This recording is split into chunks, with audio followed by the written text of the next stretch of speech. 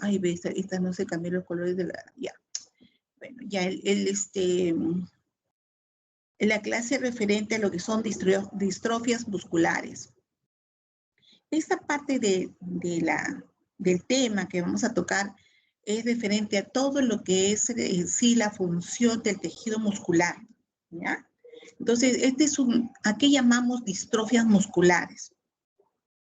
Que hay dos de ellas las más comunes, a las que más encontramos en la práctica médica, ¿no?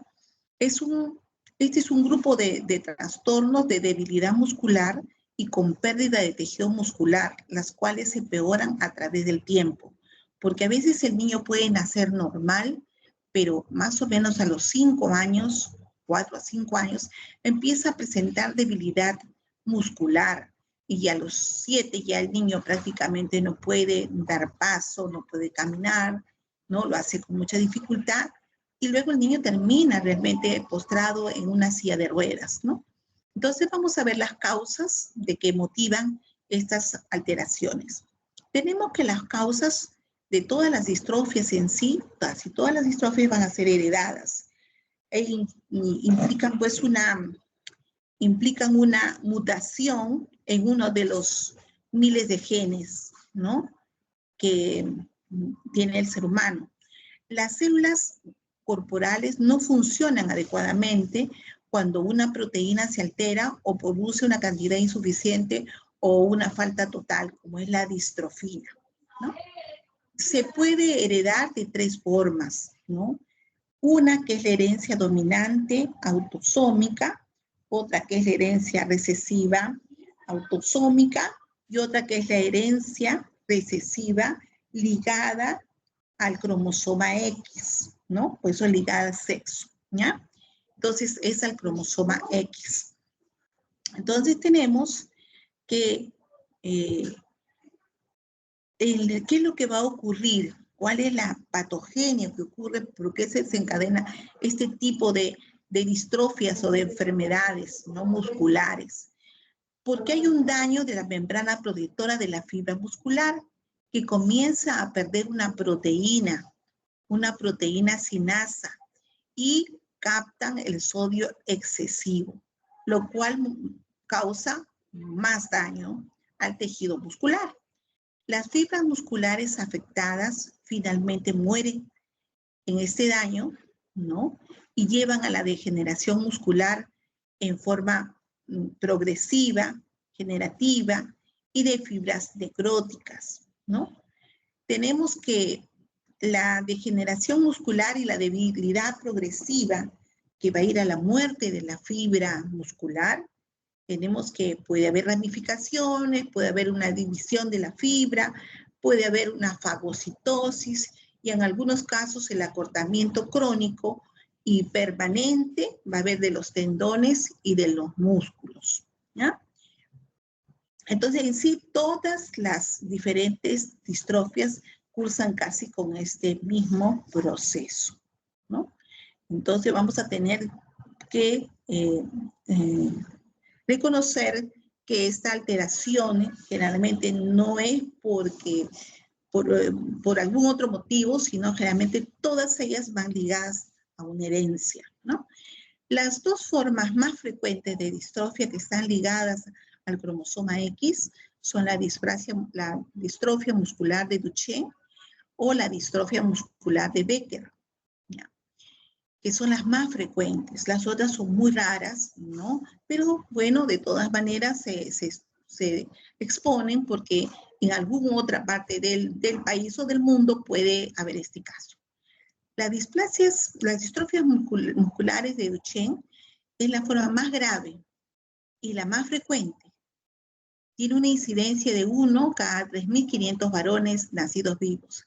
Generalmente estas patologías los padecen más los varones que las mujercitas, porque quien los transmite, quienes son las portadoras, son las mujeres, pero ellas no lo padecen muchas veces, ¿no? Pero sí lo transmiten. Entonces, tenemos que la clínica se presenta más o menos a partir de los 5 años de edad y luego y ellos lo terminan en silla de ruedas a los 10 o 12 años estos niños. La displasia muscular de Becker, sin embargo, afecta también al mismo locus, ¿no? de la distrofia muscular, pero es menos frecuente y también es menos grave que la distrofia muscular de Duchenne. En la patogenia vamos a ver que es causada por un gen que está localizado en la región P21 del cromosoma X, ¿no? Y vamos a ver que esta distrofia muscular de Duchenne es uno de los genes más grandes que codifican a una proteína que es la distrofina.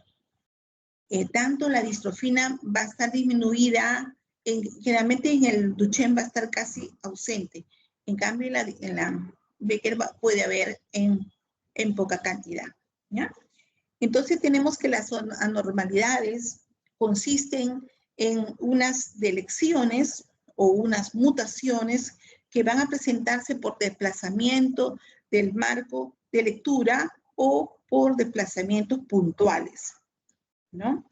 Entonces vamos a ver que hay 2/3 de casos, de estos casos son familiares y el resto pueden ser porque se presentan como nuevas mutaciones, ¿no? Luego tenemos que las distrofias musculares son generalmente las mujeres asintomáticas, pero portadoras y tienen una elevación de la creatina sinasa sérica y escasas anomalías se encuentran de esta proteína, ¿no? En anomalías de cuando se toman en las biopsias musculares siempre se tienen que también cuantificar, ¿no? Para ver frente a qué tipo de distrofia estamos. Si está ausente o está disminuida, ¿no?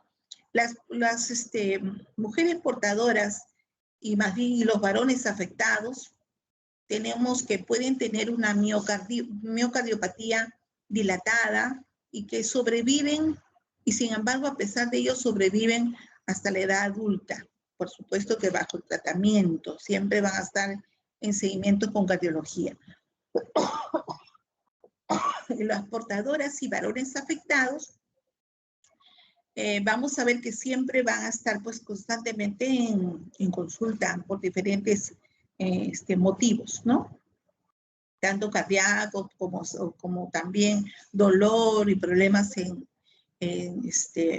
tejido muscular. La distrofia es una proteína citoplasmática. Está localizada, ¿no?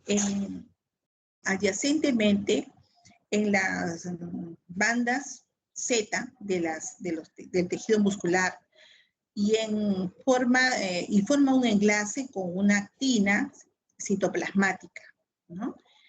Tenemos que también estas distrofia y el complejo proteico asociado, ¿no?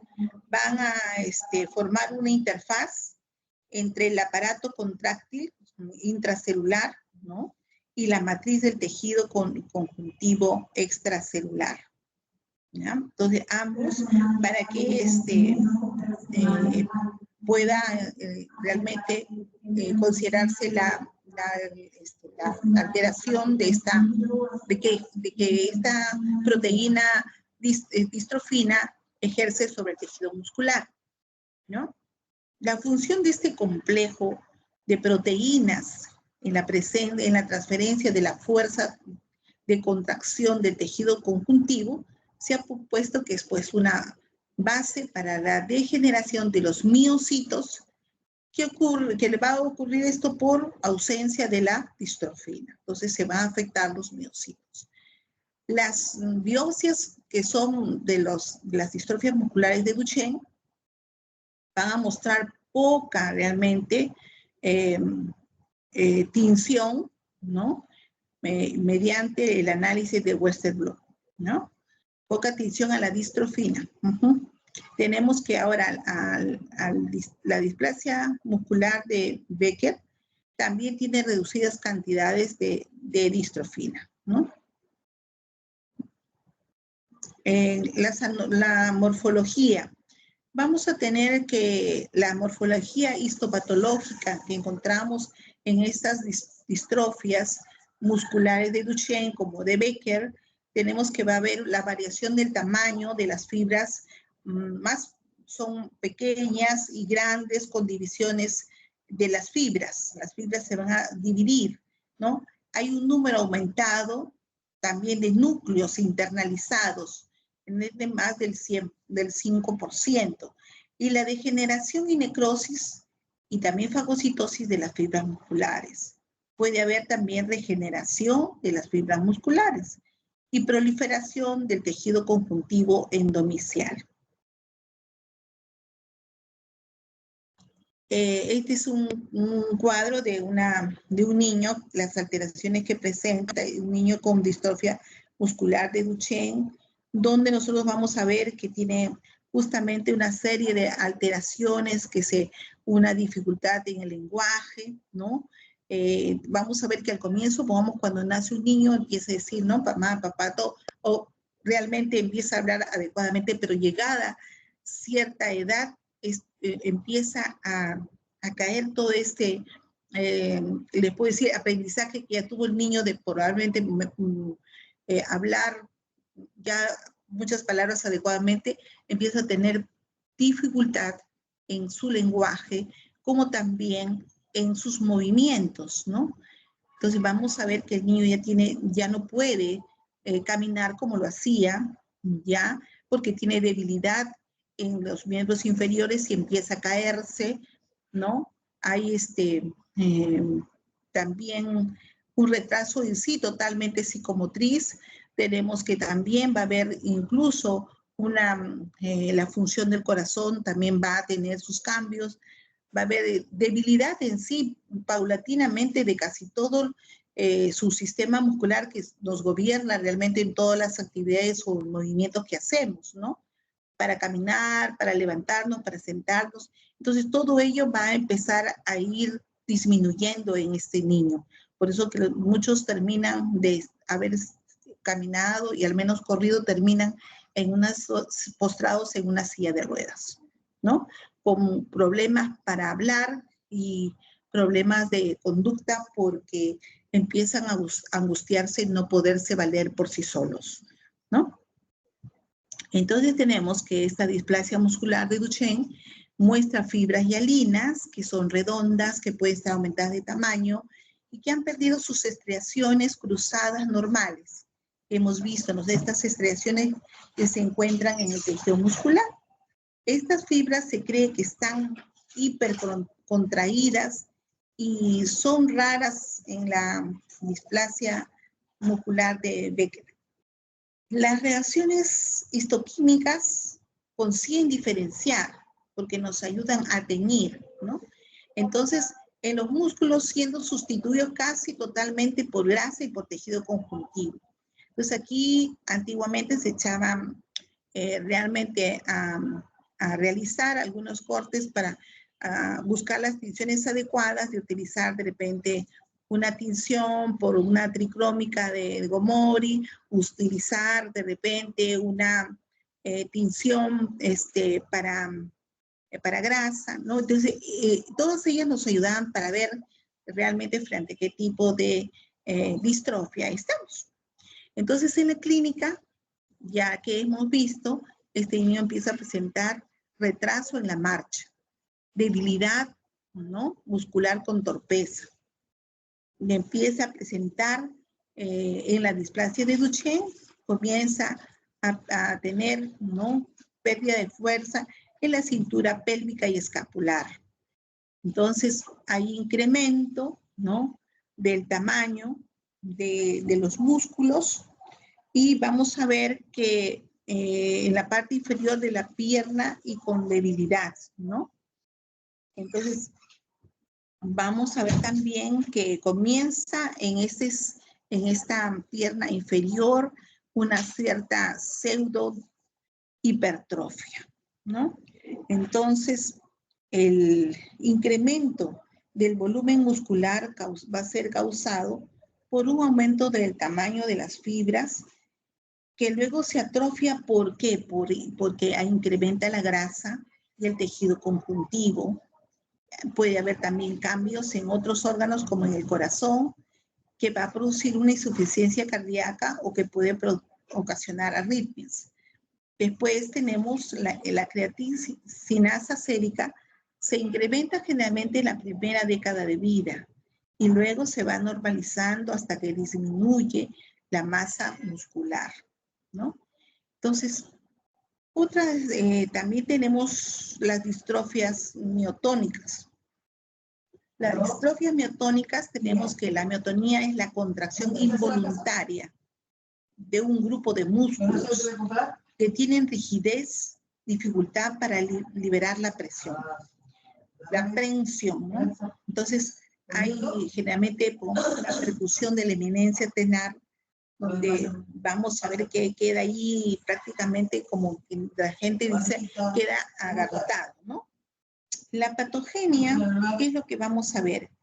Que está heredada por un rasgo autosómico dominante, la distrofia miotónica, y se asocia a una expansión de la repetición de trinucleótidos CTG, ¿no? En el cromosoma 19, región 3.2, 3.3, ¿no?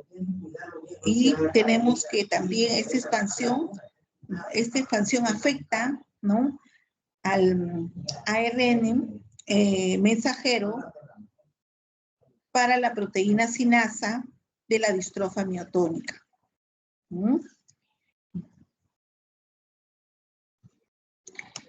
Entonces, en las distrofias, ¿qué es lo que nosotros vamos a ver?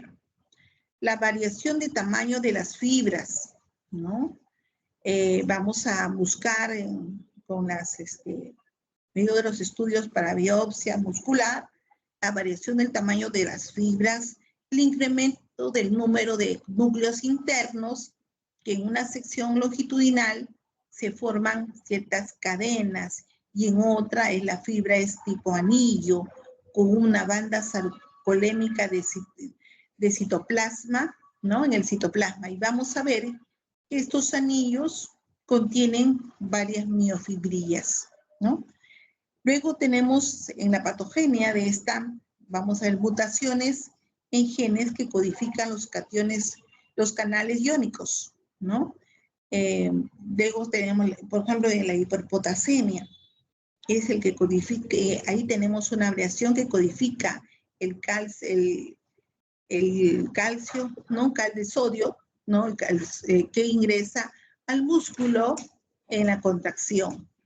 Y en las miopatías también tenemos que puede haber otros tipos de miopatías que pueden ser las asociadas a errores innatos del metabolismo, como en las que tenemos en la síntesis de glucógeno, ¿no? Que pueden estar presentes. Buenos días. Las miopatías lipídicas que tenemos ahí, que son anomalías que se caracterizan porque hay algún trastorno en el transporte de la carnitina, o también por deficiencias de algunas enzimas, ¿no? Enzimas de deshidrogenasa mitocondrial, ¿no? Entonces, tenemos aquí, por ejemplo, este es, por ejemplo, una distrofia muscular de Duchenne. ¿La ven? Es de piernas delgadas. Está con su chorcito, es una displasia donde ustedes miren cómo están las piernas adelgazadas, ¿no? Parece que estuviera muy inerte, fuerte, ¿no? Sin ser muy flexibles, ¿no? Entonces, en la distrofia de Duchenne como de Becker, comienza, como ya les dije, a los 5 años, pues comienza entre 2 a 4 años, ¿no? Y con una marcha anormal, con un trastorno también del lenguaje y del habla, ¿no? Entonces, en estos niños, excepcionalmente al inicio de los síntomas, va a haber una cierta hipotonía desde la época en que se empieza a dar la lactancia. vemos que el niño lacta, ¿no? Y no tiene mucha tonicidad para poder succionar, ¿no? Entonces encontramos que también estos niños tienen signos de debilidad, por eso ahí demuestran sus signos de debilidad muscular, ¿no? Puede haber una debilidad en los músculos flexores del cuello, por eso que a todo niñito le decimos que a cierta edad tiene que levantar su cabecita, sujetar ¿no? sus músculos que actúen, ¿no? Apoyando su cabecita en las diferentes posturas, pero si este bebé tuviera alteraciones, este bebé no va a poder mover el cuello, no va a ser fácilmente darle movimiento, ¿no? Entonces tenemos que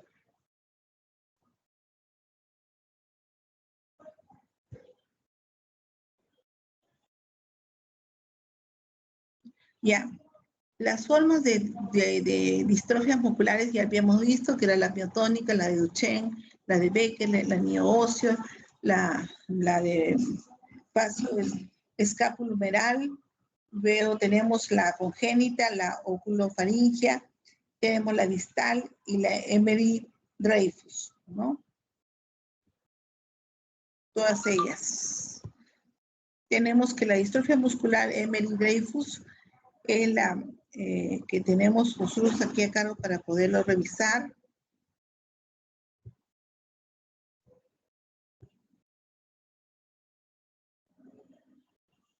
Entonces, aquí, ¿qué es lo que vamos a ver en este tipo de distrofia? En este tipo de distrofia vamos a ver que también se da desde la niñez hasta la adolescencia temprana. Vamos a ver que generalmente está ligada al cromosoma X en forma recesiva, ¿no? Tenemos que también tiene esta alteración a nivel de huesos, tanto de la pierna como también de los miembros superiores.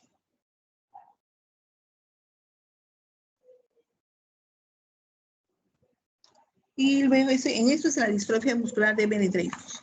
Ahora, tenemos nosotros que ver que también entre las dos más importantes que están la distrofia muscular de Becker como la de Duchenne, vamos a ver que estas dos que son las más frecuentes, que afectan, miran, para ellos 3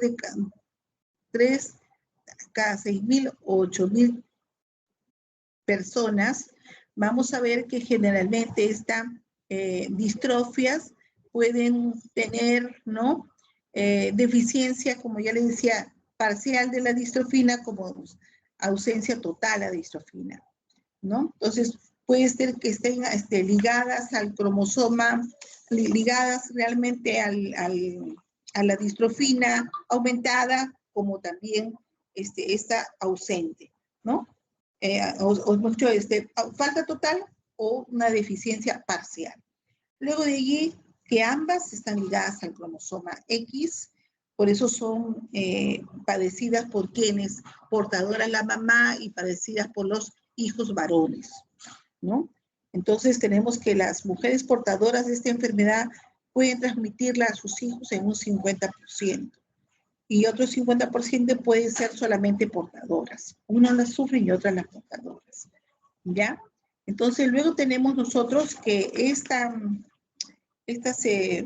distrofias musculares también se pueden presentar por fármacos. También las distrofias musculares se pueden presentar por una de ellas, ¿no? Que también afecta también al tejido muscular, pero no tiene que, no es con la distrofina, sino que es la miastenia gravis. La miastenia gravis es una enfermedad muscular, pero que es causada por un receptor de la acetilcolina, ¿no? Que tiene en sí todo un mecanismo inmunitario, ¿no? Que comienza a los 40 años en mujeres, ¿no?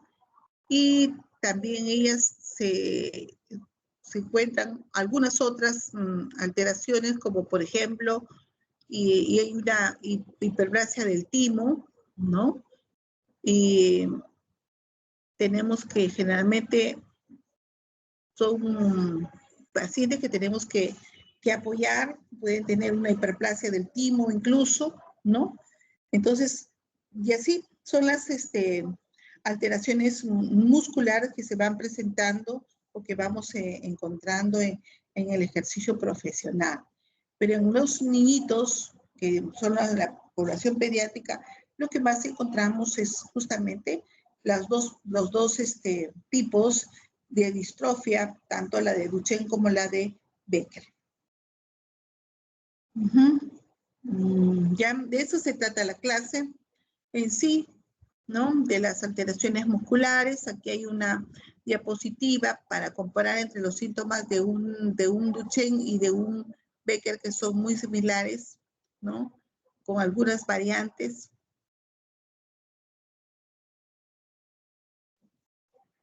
Y ahí terminamos, ¿no? Entonces podemos ver que estas alteraciones musculares son realmente invalidantes, ¿no? Invalidantes. Y así como estas, hay algunas enfermedades un poco raras, pero que se van presentando en etapas posteriores a la vida, no como en estos niños, por ejemplo, que empiezan a los 5 o 7 años, sino en personas que empiezan prácticamente en la adultez, a los 18, 19 años, ¿no?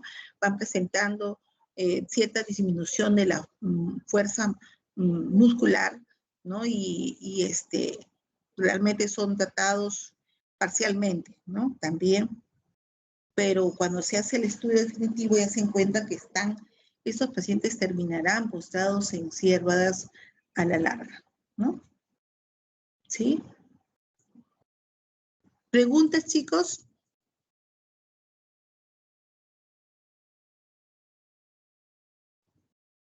Ninguna, doctora, todo está claro. ¿Todo está claro? Sí, doctora, más bien quería preguntarle sobre la clase de cáncer de mama. No sé si la va a poder hacer ahora. Sí, ¿quieren? Bien, la hacemos. Aquí está. Pero voy a bajar esto para ponerlo.